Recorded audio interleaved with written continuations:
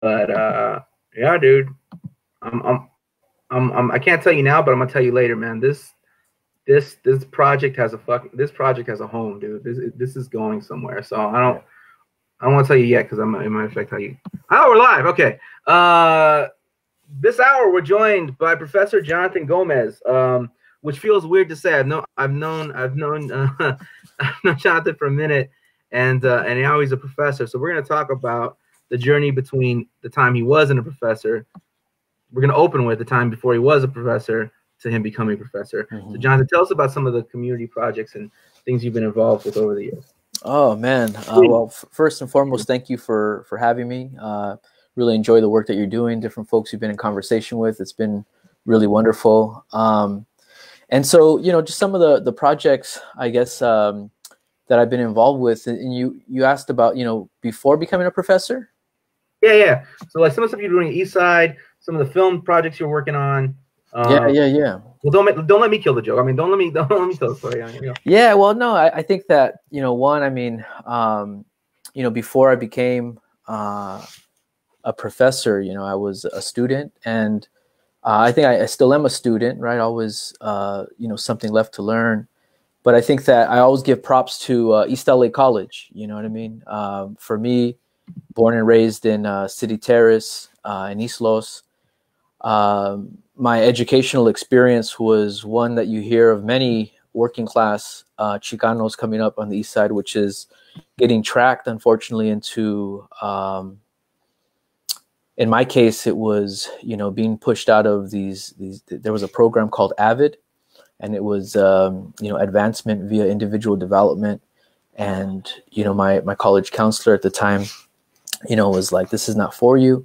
And so then they tracked me into auto shop. I sucked. I got pushed out of there, got sent to welding, sucked in welding, and just kind of getting pushed around, you know what I'm saying?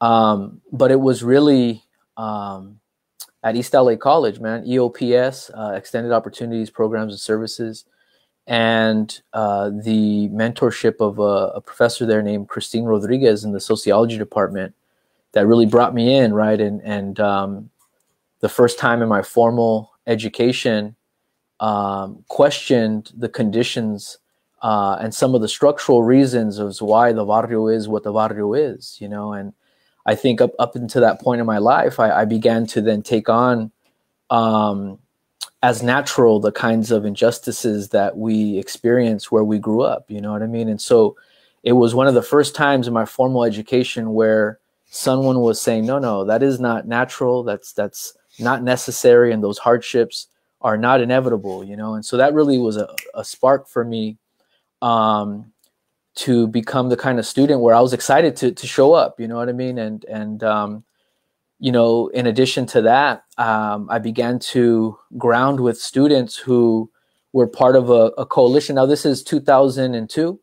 And, this is around the time in which 2002, 2003, around the time where the Minutemen were beginning to mobilize in a lot of spaces where brown and black folks lived, right? And so I became part of a coalition at East LA College called La Tierra es de Todo.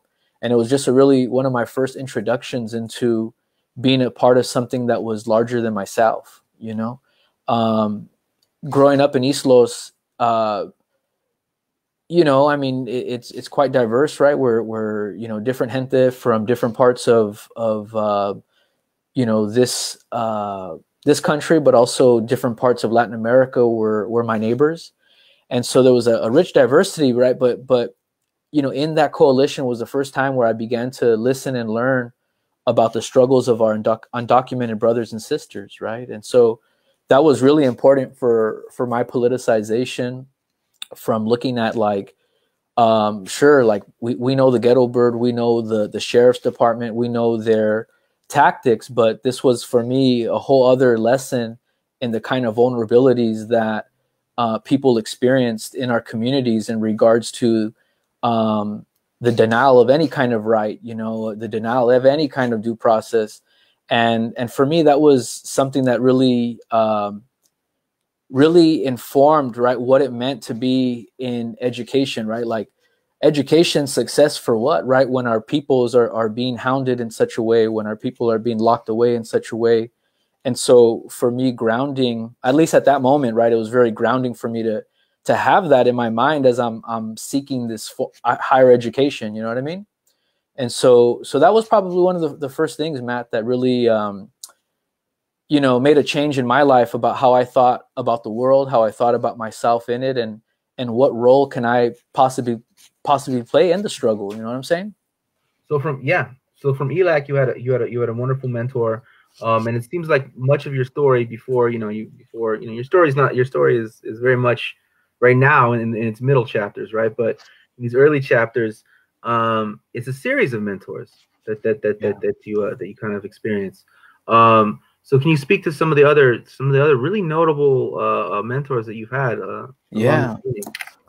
Yeah, man. I think that, you know, that's the formal academic realm, and then, you know, I'm reminded, right, of the fact that, you know, I had my first teachers, right, and so, you know, my mom, my tias, my brother, my sister, my cousins, and especially like the folks that lived in we all grew up in City Terrace, and we lived in my grandparents' home, right. My grandparents were born in East LA in the 1920s. My grandfather, just like, you know, it's interesting because one of Luis Rodriguez's books that I love is Music of the Mill, because it really registers and documents the struggles of Bethlehem Steel. And that's where my grandfather did 30 years of hard labor at Bethlehem Steel.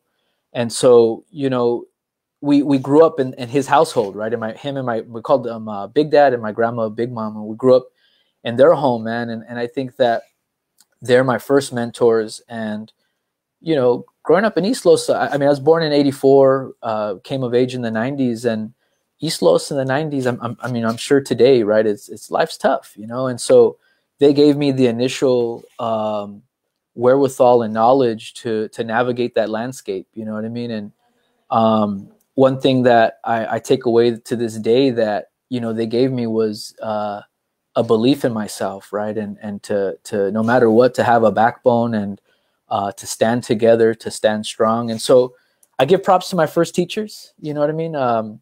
And I'm very fortunate that, you know, every academic space that I've attended, I've found mentors, right? And mentors, Matt, who are aligned in social movement activism, who are interested in listening and learning from people who are on the ground, standing up for social justice, and rooting their activities or their activities on the campus in conversation with activities that are in the larger community, you know. And that's been huge for me, you know, because sometimes, you know, we even though some of the academies, or excuse me, the academic spaces we might be on don't have physical gates around them, there are definitely borders that separate the outlying community from the resources that exist on that campus, you know what I mean? And so I think in line with, you know, one of the historical tenets of the Chicano movement is how to figure out to utilize the resources of the university to accompany and to serve the community, you know, and not in a hierarchical sense either, right? But to be in a respectful, reciprocal relationship where,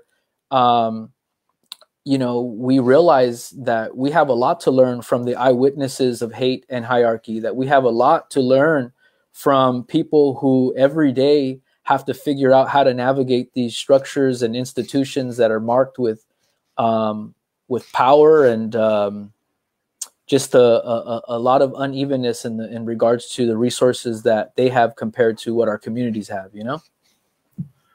So the last time I saw you in person was over at in San Jose, where you now teach, but it wasn't on your campus. It was actually at San Jose Community College, right? Where you had come to see a speaker there, a speaker who had once been a professor of yours. Can you speak about this highly illustrious mutual friend of ours? Yeah, you know, Paul Ortiz, you know, Dr. Paul Ortiz, professor of history, the director of the Samuel Proctor Oral History Program at the University of Florida. And like I mentioned, Matt, like everywhere that I've went, I've been really fortunate enough to find mentors who are invested in their students, right? Who take the time and make time to develop our skills as writers, as thinkers, as people willing to ask tough questions. You know what I'm saying? And to actually do work. And so I met Paul when I transferred. I met Dr. Paul Ortiz when I transferred to UC Santa Cruz from East LA College, right? And I transferred in 2005, and he was one of the first folks that I recognized on campus that was engaged in these alternative learning spaces with students. I was captivated by some of the speeches that he would give at campus events, and I said, man, I got to take a course with this guy, and so I enrolled in one of his community studies courses on Black and Latino histories in the Department of Community Studies, and I think that that was one of the places where my learning was informed by someone who has a deep commitment to the struggles of the working class in Santa Cruz, as well as across the country, and then is in conversation with different folks globally, right? And so this was someone that was engaged at different scales, But one thing that I take away from Professor Ortiz is that around the time that I was seeking mentorship from him, there was a budding student movement on campus by specifically undocumented students that were really taking the lead, and the workers of AFSCME, right? And there were these demands for no police on campus, for resources for undocumented students, for certain kinds of protections that many of us, myself included, would take for granted, right? And the workers were organizing for better pay, and for dignity, and so I would trip out on how Dr. Ortiz would be working with both folks from AFSCME as well as from the student movement. And I'll never forget this. I think it's telling right now, especially with the different movements that were taking place across our college campuses before this COVID-19. But I said, aren't you scared to speak up? Aren't you scared that the chancellor? You gave a speech in front of the chancellor's house. Aren't you scared that they're gonna fire you? And he said, Jonathan, he says, in the time that I've been here, he's like, there's been 3 chancellors. He's like, and I'm still here, right? And he says, if we base our actions on fear, then we won't get to where we got to go, know? And I'll always remember that with, Professor Ortiz. And of course, he served on my dissertation committee. He's someone whose scholarship I look up to, right? The ways in which he honors and values the voices of the people who are actually engaged in social movement, right? People who are often overlooked, and people that frankly we're the ones that in the academy are told that we're supposed to teach. He recognizes that it's in fact that we have a lot to learn from these folks. Yeah, no, absolutely. I mean, Paul Ortiz. Paul Ortiz. I mean, like, my God, like the generosity of spirit of him, but it's just his natural inclination. I think it's his natural disposition lends himself to the work he's chosen to do as an oral historian. I mean, like, there's a reason why he's at the top of his craft. I mean, he really is. He really is invested in the stories and in talking to the people. It's not like a lot of pretense. It's not a lot of. It's you hear the thing, write the thing, do the thing, be the thing, and so. Paul's been an amazing person for me to know as well.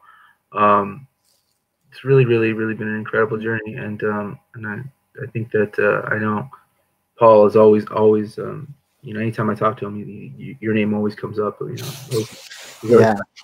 always trying to connect us, get me to do something with you. So yeah, man, here we are. Yeah, no, absolutely. And I think that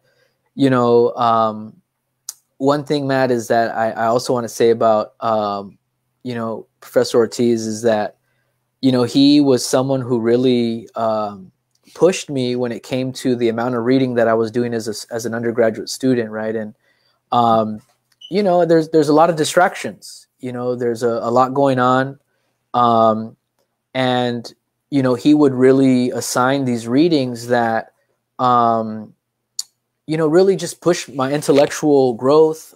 It inspired me to, you know, just really, I don't know, man. I'm thinking of like, for instance, like he introduced me. Well, in his classes, we read Luis's work. We read the work by Piri Tomas. We read, you know, C.L.R. James. We read like a bunch of folks that, you know, are just, you know, these really fearless,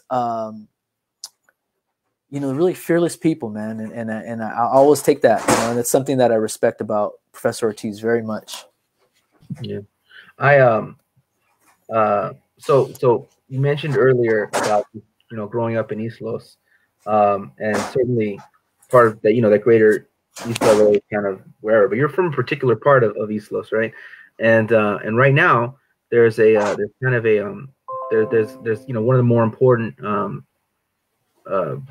protests, or not even protest is the wrong word, one of the most important actions in the country is going on right now in this little corner of East LA called El Sereno. Can you speak a little bit about or what you've seen about the rent strike and the housing thing there? I mean, what the just El Sereno, what does that mean to you? The fact that this is a national story. Yeah, well, you know, when I think about El Sereno, I mean, I know that's your home turf. I mean, it's a community in which is rich with, you know, a fighting spirit. You know, it's rich with, you know, folks who, in my own experience growing up in East Los, you know, there's so many cultural workers that are engaged with really wonderful just ways of building community, right? I mean, whether we're talking about, you know, one of the spaces that we engaged a couple of years ago with Dr. Ortiz was the Eastside Cafe, right? You know, and so I think about that, you know, more recently with, you know, Quetzal and the Family Trios performing for the Cancel Rent Fest, and they're in El Sereno, right?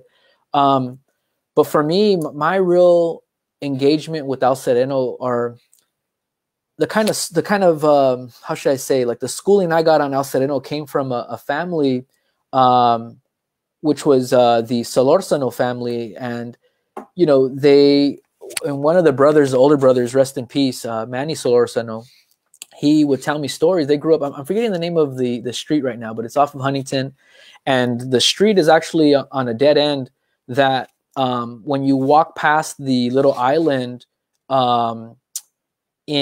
at that dead end, you get to South Pasadena, right? I'm not sure if I'm sure there's other streets that also have those dead ends that stop the barrio, and then you walk past it and there's South Pasadena, right? But he told me a story about how one of the reasons why, you know, these islands were created was because the, you know, wealthy white folks of South Pasadena didn't want the riffraff of the barrio going into their communities. You know what I mean? Yeah. And, you know, listening to him tell these stories about the ways in which, you know, the folks that grew up in that neighborhood had to, you know, deal with the kind of demonization that they that was placed on them, right? Why did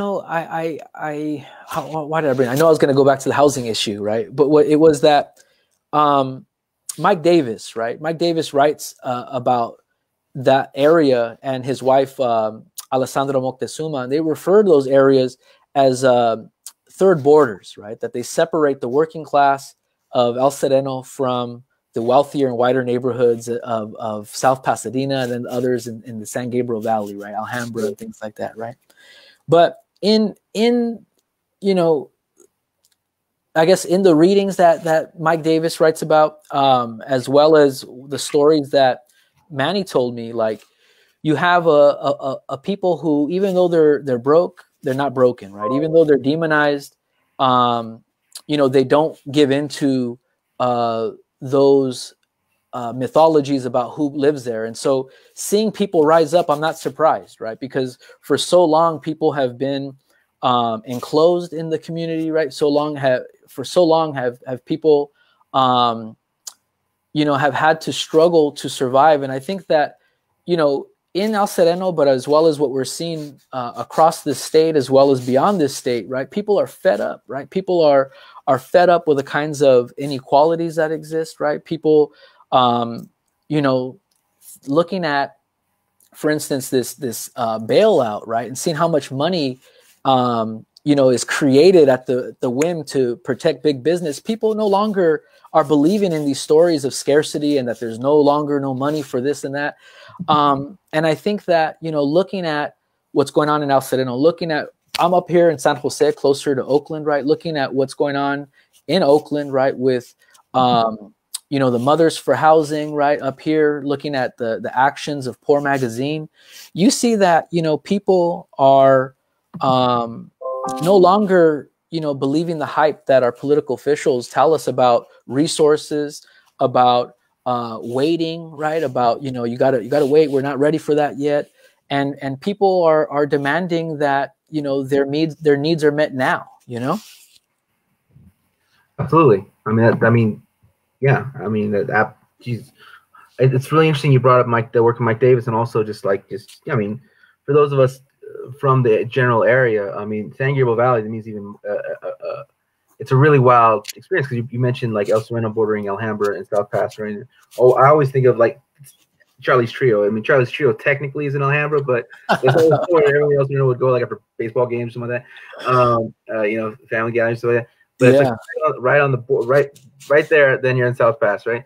Yeah. But even these areas themselves within San Gabriel Valley, there's buffer cities, 2 buffer cities. So in between like Alhambra and because like Alhambra is still somewhat of a working class neighborhood. I mean, it's better off than El Sereno, but that's only comparatively, right? Alhambra itself is next to San Gabriel, and then like San Gabriel, and then all there's like cities in between. Let's say Alhambra and then San Marino, right? Yeah, like the Beverly, which is like, when I say it's like the Beverly Hills of San Gabriel, people always say something to the Beverly Hills. No, San Marino is as rich as Beverly Hills. I mean, smaller, but it is the income level of San Marino is up there with Beverly Hills. It truly is a Beverly Hills. So it doesn't have to be compared to Beverly Hills. It's San Marino, right? Yeah. So San Marino has buffer cities around it, like you know, you can't get from it. And so El Sereno and San Marino are probably, I don't know, like 6-7 miles apart. Yeah. Probably about what, 9 miles away from San Marino. They're worlds apart. East Los is, you know, maybe 10 miles away, but they're worlds apart. Very much so. Very much so. Yeah. No, and I think, you know, Matt, as you're telling me this, like I'm thinking, right, because, you know, we're right now we're seeing the manifestation of people's organizing activities, of their energy that's coalescing to then, you know, spark these actions, right, where people are reclaiming, you know, homes that in many ways, I mean, you know, in El Sereno, it's owned by it's the MTA, not MTA, what is it? I'm forgetting that the houses that were reclaimed, they're owned by a public entity, a transportation entity, right? And so people are reclaiming resources that have been stripped from them, right? At least stripped from the public.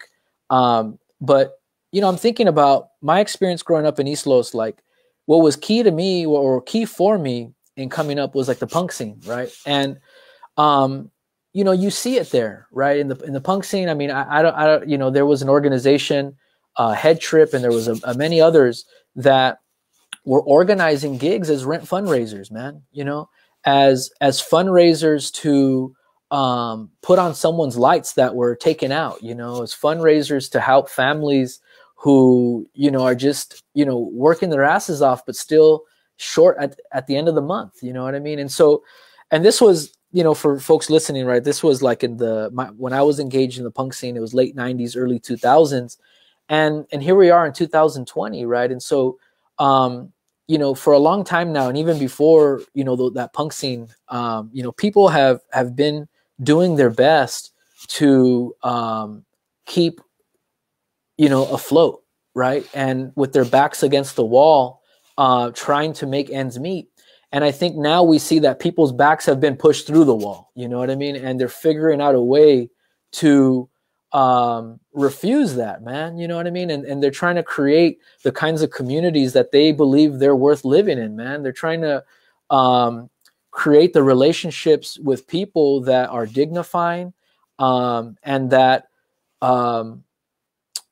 you know, that are empowering, man. Not you know, these relationships with landlords or relationships with bosses that are demeaning. And, you know, so many people have to, you know, just kind of turn away because they're, you know, I don't want to use certain words because I think that, you know, people figure out how to navigate the circumstances that they're with. But in these manifestations, or people are reclaiming shit, you're seeing that, you know, they're no longer going along with the rules of people who really don't care about their well-being, you know? So last time I saw you, I was actually in San Jose, and like I said earlier, but I was there working with Juan Gamboa. Yeah, that's right. He's over at San Jose City College, and then I was lucky enough to have an opportunity to work with Juan again, and he took me to some of the high schools right in East San Jose. So when we're talking about these cities that are divided in this kind of way, I mean, we talked about LA a little bit, but like San Jose, now you're talking about that's a whole other. I mean, that's another city that's divided, right? And so on one side you have the Silicon Valley, some of the richest, wealthiest workers and people and owners in the world, right? In the world. And on the other side you have this barrio, East San Jose, right? So wow, what a difference a few streets can make there. Can you speak a little bit to the conditions of San Jose? Yeah, you know, I think that you know, I'm very fortunate, man, that like I have students, right, as a professor of Chicano studies at San Jose State. I have, you know, students who are from the community, right, who the majority are working class. The majority are the first, you know, in their families to attend university.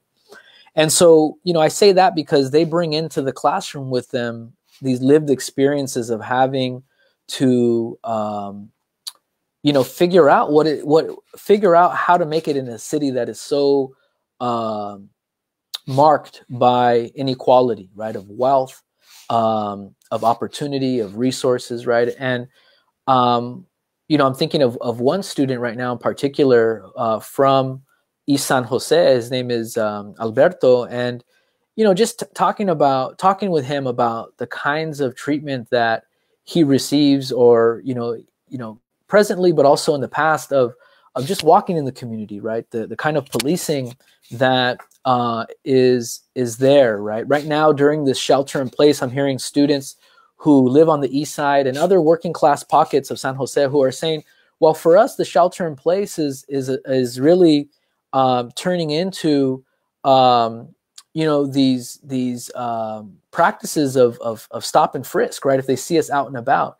But then they see that when they go into other parts of the city, that's not the case, right? That people are congregating at parks, people are still walking and talking in public sidewalks, and they're not being policed in that way. So people see it because it's very much there, right?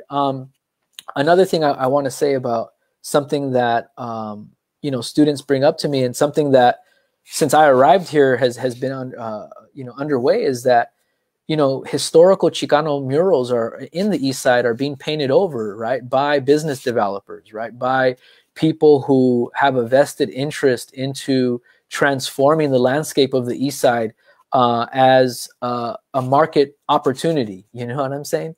And so, you know, you see it from, you know, the kinds of material transformations taking place, as well as the social relationships.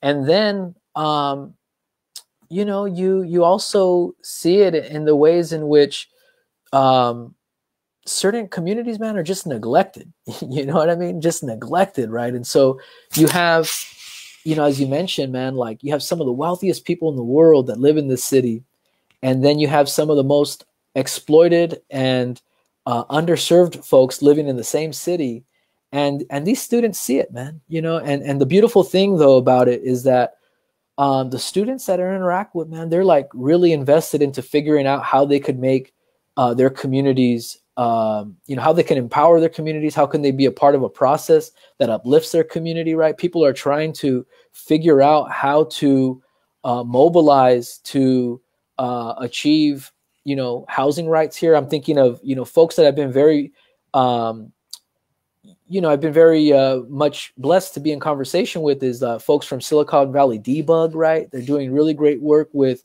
making sure that, underserved, folks have some access to resources. You have Serve the People, right, who are doing really great work out here, pushing to make sure that people know that this is a crisis, right? And that there was a crisis before this coronavirus, but it's just become even more frustrated with the kinds of things that are happening right now, where people out of work, people, with no income and rent still stacking up on their shoulders, you know what I mean? And so there's a lot happening here, but I also think that this is a city that has a lot of youth who are invested into creating something very different than what is. Yeah. And in a positive way, I should say. Yeah, no, absolutely. But it's very fascinating though, like this question of the whitewashing of murals and how this has been taking place. I remember in the struggle for against gentrification in Boyle Heights, one of the big arguments of some of these art galleries was that that Boyle Heights was something of an art desert, right? There was no art. Yet simultaneously, there's probably more murals in Boyle Heights, per square foot than almost anywhere, probably outside Mexico City or something like that. But there's more murals there. Almost than anywhere. I mean, and not just Boyle Heights. I mean, it's all throughout the east side, generally speaking. But maybe more in Boyle Heights than anywhere. I mean, now I'm really thinking about the streets, right? So that, I mean, but there's something really outrageous that they have to claim a certain thing, and if that thing can't be true, like the idea that we need to bring art to this place, we need to liven this place up, we need to clean it up, we need to make it more lively, right? But you can't do that, or you can't claim that and do that if there's art everywhere, right? And we see throughout many barrios in the United States, we see this lasting influence of these murals, the murals movement. That has to be done away with if those communities be pushed out. I promise you, there's a question here. But before the COVID crisis, there was a lot of people coming to this understanding, or these major publications coming to this understanding that the Mexican muralist movement might have been the most important artistic movement of the 20th century, right? Which, unless you're a racist, is fairly obvious. I mean, it's fairly obvious. It's spread throughout the world. It's a simple concept. Paint your history on a wall, right? Put it in the public. And throughout, in Paris and throughout, in Cairo, I mean, throughout most of the world, you see the influence of the Mexican murals movement. And it's not that they're not painting murals of Aztec pyramids. They're painting murals of their own history. But you see this throughout the world, that this influence. How do you contextualize the fact that they're getting rid of our murals to get rid of our people? Yeah, no, that's a great question. I think that, one is there's an emergency comité for the preservation of Chicano arts here in San Jose, and I've had the privilege of being able to ground with them to support the work that they're doing. And one of the things that they're doing is reading these murals historically, right? And so they're bringing to our attention the fact that, for instance, the mural that brought a lot of folks to congregate and to have conversations about what this means was entitled Mural de la Raza, right? And the artist's name is skipping my mind, but for folks they want to look it up, they could look up San Jose mural de la Raza. And one of the things that the artist had said was that this mural was an effort to end barrio warfare, right? An effort to provide opportunities and resources to youth, right? And so you mentioned Boyle Heights, right? And one of my other mentors, right, and teachers is Norma Montoya, who is a, historical, figure in the mural movement, right? She was one of the, artists that painted the murals at the Estrada courts during the 70s. And, what they called, what they saw art as was as a vehicle and a tool to bring people together and mobilize for the things that they saw were needed in their communities. And one of the biggest things that they saw was needed was resources, a whole slew of resources for young people in the barrio, right?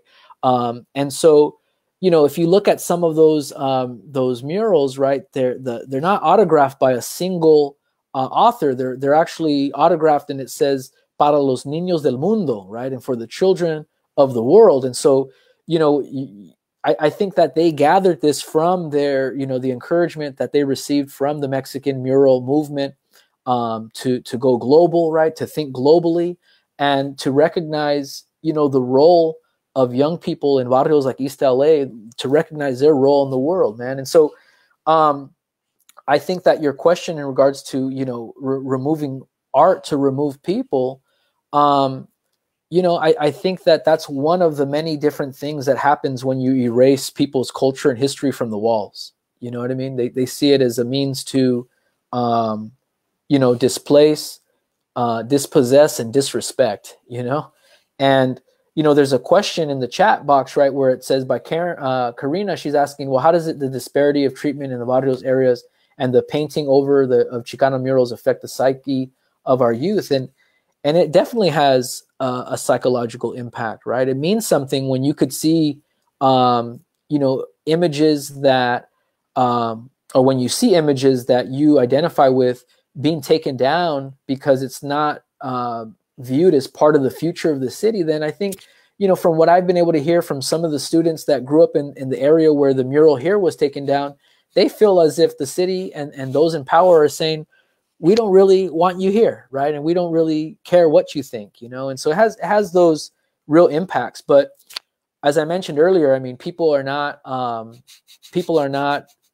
taking they're not being pushed out. People are really mobilizing and figuring out ways to make sure that the conversation of Chicano art in San Jose includes a conversation on the broadest forms of social justice, right? So housing issues of policing, issues of academic, educational resources for young people, right? So they're seeing it as something much more broader, or they're seeing it broader than just painting. They're seeing it as a platform that utilizes art to have these really important conversations about the conditions that exist in these marginalized communities here,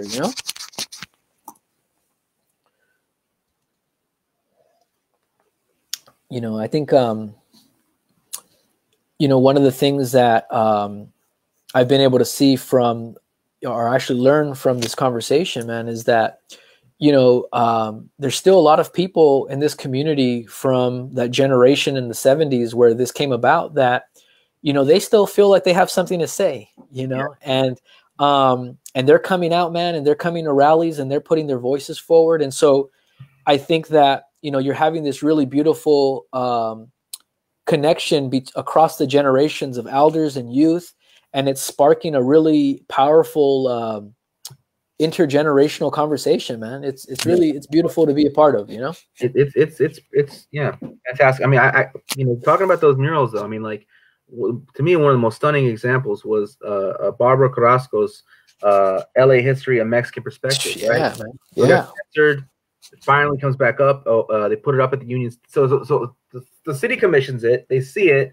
They censor it. They're like, all right, that was a mistake. Now we're gonna have this big thing put on by the Getty. We're gonna have multiple places. The Pacific Standard Time. So then it goes to Union Station. Now it's gonna be displayed at Union Station. And what do? Almost immediately they cover it up again. So like it's just really this question of like commissioning, then censoring, commissioning, then censoring. Yeah. Get that out of here, because there's they want us to work and they want us to shut up. I mean, there's just no other way of. That's the context that covers all this. They want us to work. They want us to shut up. They don't want us to be professors. They don't want us to they don't want our history painted on the walls, and they don't want us on television. They don't want us to be the voice of the country or of the community, the nation, or anything like that. So, I mean, we find ourselves so incredibly underrepresented in so many different things. and it's Yeah. not for lack of talent. It's not for lack of ability. Yeah. And the mural, I mean, the murals is just really glaring example of it. So you working in higher education, I mean, that must be, I mean, the broader Latinx community or Latino community, the broader whatever, we're very, very low represented, but people of Mexican descent, Chicanos are incredibly underrepresented in higher education, in the position you're at, in the tenured professoriate. I mean, so like, can you speak a little bit to just how bad and bleak those numbers are? Yeah, well, I mean,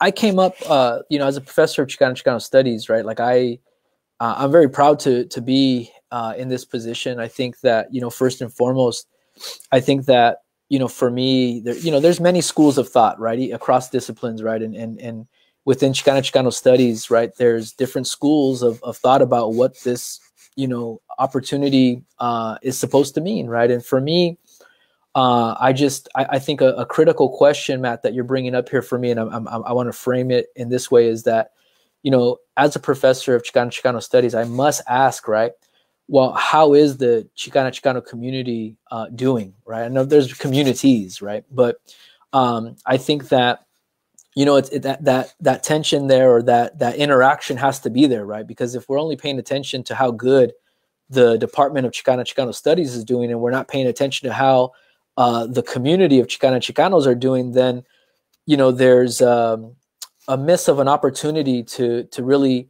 use our education as a vehicle to accompany our communities in assuring that they have the certain necessities and resources that they need, right? Or utilizing the platform that we have as professors to, challenge our students to think about the histories of struggle, the histories of exploitation, the histories of coalitional building among our communities, right? And so,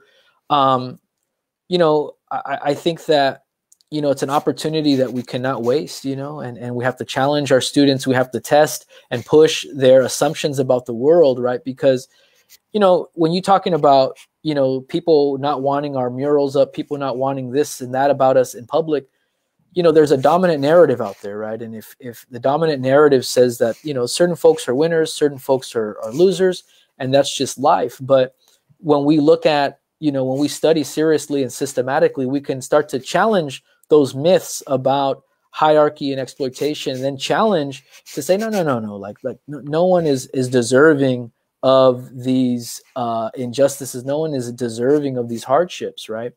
And so for me, it's very much about utilizing this position. It's definitely a privilege, but to turn that privilege into an obligation to build community with our larger Chicano communities outside of the campus, and to listen and learn, like I mentioned earlier, right, from people who are the eyewitnesses of hierarchy and hate, and so all that to say, man, like I came up in a PhD program that was a sociology PhD program at UC Santa Barbara. And there were some good folks in that department, right? I'm really glad that I got in. I had an opportunity presented to me and I took it. But I found my community, my academic community in the Black Studies department at UC Santa Barbara, right? And so in the Black Studies department, I studied with folks like George Lipsitz, Gay Johnson, who is now at UCLA, Clyde Woods, rest in peace, and Cedric Robinson, rest in peace, as well as, the director of the Center for Black Studies Research was, when I was there, Dr. Diane Fugino, who just, amazing folks, man. And one of the things that they told me when I got to graduate school, Matt, because I was upset that the doors they told me that were going to be open, they were actually closed when I got there, right? Certain opportunities, they said, oh, you can come to this, we'll be here, just come knock on our door, and when I showed up, they weren't there, man. And so I was getting upset, but one of my mentors in Cedric Robinson, he just looked at me, man, and the way that he did, he just sat there and he said, Jonathan, you're searching for love in a place that doesn't love you, man, right? And he says, but what are you going to do to create the spaces that do, And so for me, like, the Department of Sociology was not that space, and so I sought out the space in Black Studies. Was able to do work where I felt like I was learning to engage respectfully with communities. But you know, and all that to say, one of the reasons, man, was that, you know, I in the discipline of sociology, right, like extremely male white discipline, I didn't find people that were interested in how the Chicano community was doing, right? I didn't find people interested in how the Black community or other marginalized communities of Santa Barbara were doing, man, how the Chumash gente were holding up. Like, that was not in sociology, that was in Black studies, man. And so the discipline of sociology, you know, majority male, majority white, and the majority of folks that end up going into these kinds of positions, you know, are following a particular track that takes them away from viewing their education as a vehicle to serve the needs of the most marginalized among us, you know? Yeah. That's my opinion. Yeah.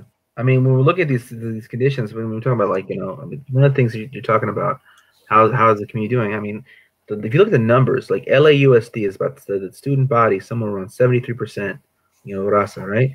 And Yeah. then like, but then the teachers, the demographics of teachers is probably what I mean, I don't know what it is, but I know it's something like 30% is 30%, isn't it, right? About 30% of the teachers. So that means the overwhelming majority will come from outside that. And I don't think that the majority of I don't think that like 70% of LAUSD teachers are Black or Asian. I think that the majority of the rest of that number is made up of white people, right? So, so that's a situation.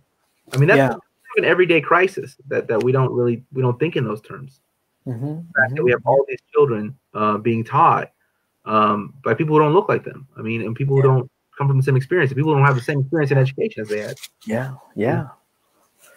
No, I think you know, there's a documentary that is from the 90s, and it's called Fear and Learning at Hoover Elementary, right? And the director was Laura Simon, and it's located in LA, man, the Pico Union area, right? And that documentary is really interesting, right? Because it focuses on the what happens in you know, after Prop 187 passes, you know, with in LA, and it focuses on the teachers, as you mentioned, and it shows that, you know, one, there are a lot of teachers from outside of that community that do not understand what the impact of Prop 187 is going to have on their students, right? And then you have some students that, you know, some teachers, excuse me, that frankly don't care about what's going to happen. You have you know, this one librarian who, you know, is a white gentleman who's like, you know, an elder, and he is just so disconnected from the youth that he's there to serve, where he blames the issues of the community on the fact that there's trash people around, right? He's referring to people that, you know, throw trash on the street, right? And the kids challenge him. And so in that documentary, man, I think, you know, they do a good job of recognizing, you know, what happens when you have teachers so disconnected from the lives of their students. But also, man, there's some brown teachers up in there that, you know, they're for 187, and they explain why they're from 187. And so there's never any guarantees, man. And I think that, you know, what we have to focus on, right, both from our community and as well as, you know, from others, right? And so we have to really focus on how do we create opportunities where we can build with people who are different, right? And build a you know, relationships across difference that are rooted in respect.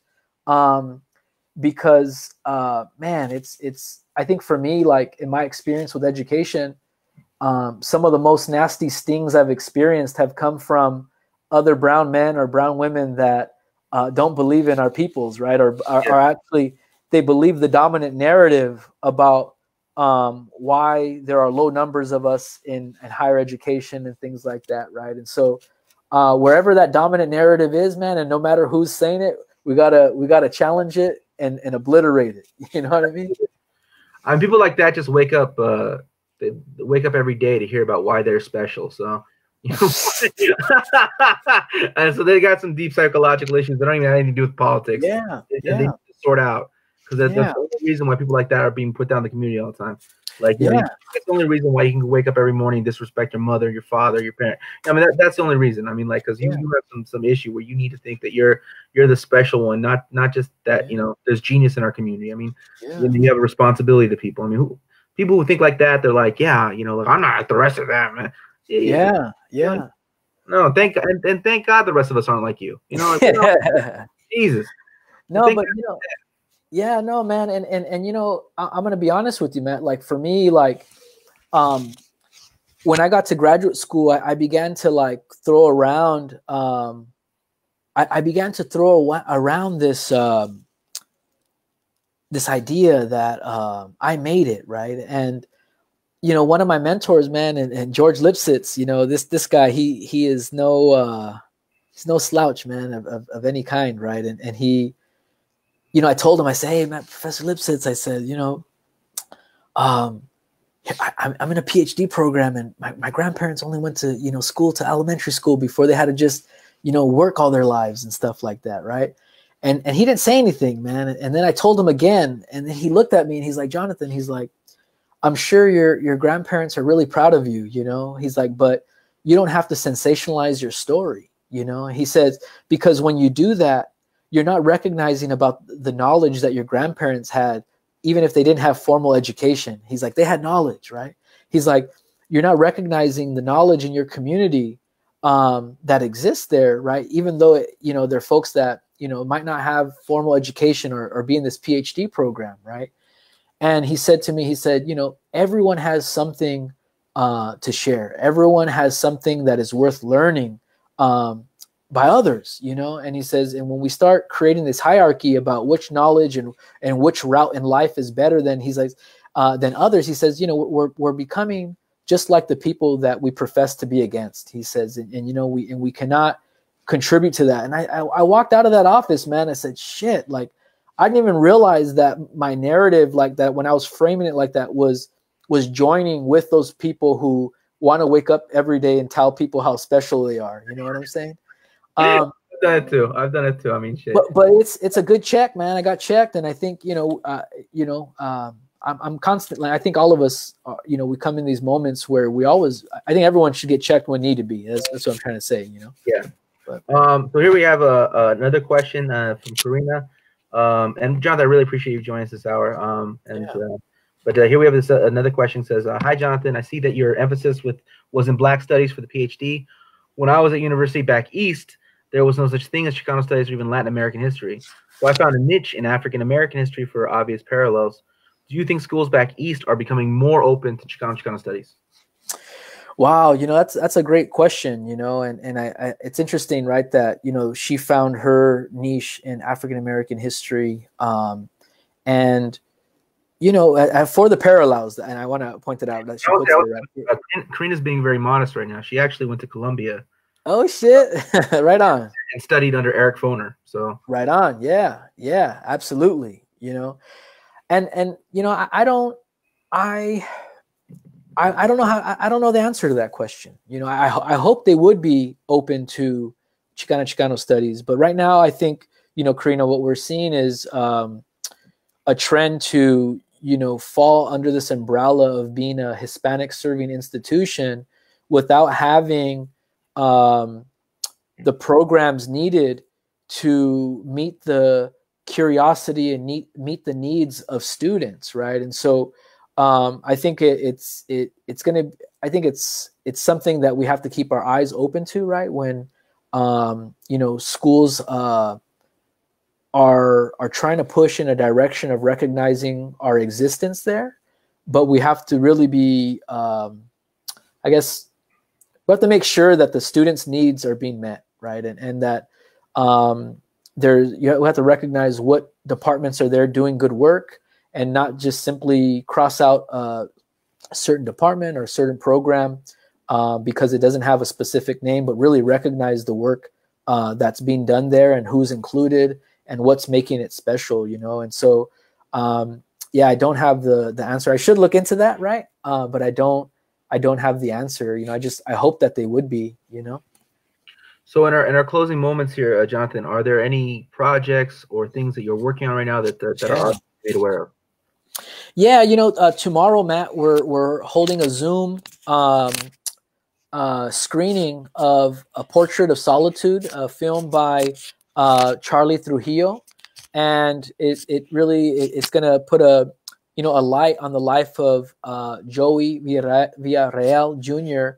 And his experience in solitary confinement, right, and how he maintained and you know, we're going to be able to listen to both of them and basically hear about, you know, the work that they're doing in the community of San Jose and why they believe in ethnic studies and in Chicano studies in particular, you know.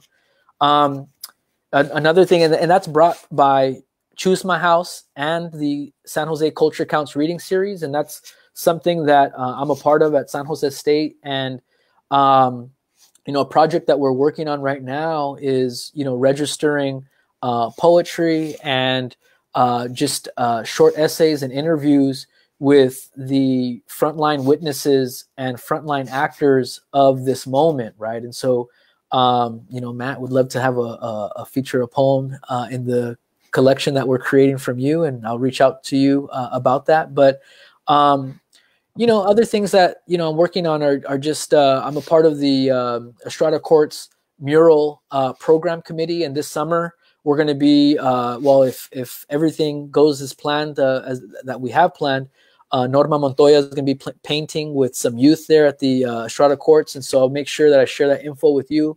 There'll be opportunities for, you know, youngsters in the neighborhood to go paint and to, you know, ground with this really wonderful mural artist, right? You know, that's really what's at the forefront of my plate right now. I think you know, there's a lot of important work being done here in San Jose, and I'm just always you know, honored that folks invite me to walk with them, and I do the work necessary to you know, to show up, man. Yeah. Karina has posted the link to the documentary there. Thank you, Karina. And I had Joey on 2 days ago. That's right. I saw that, man. Yeah. So small community. Jonathan, I appreciate your time, and I'm sure we'll be seeing each other a lot more. And yeah, absolutely. Yeah. Well, thank you, brother. I appreciate it. Thank you so much. And our hats and our glasses, our beards and our similar noses. Jesus Christ, man. What are you doing? Right on, man. Well, thank you so much, man. I appreciate everything that you're doing, you know, online, in person. Keep it up, brother. Thank you so much. We'll be talking soon. Peace. Don't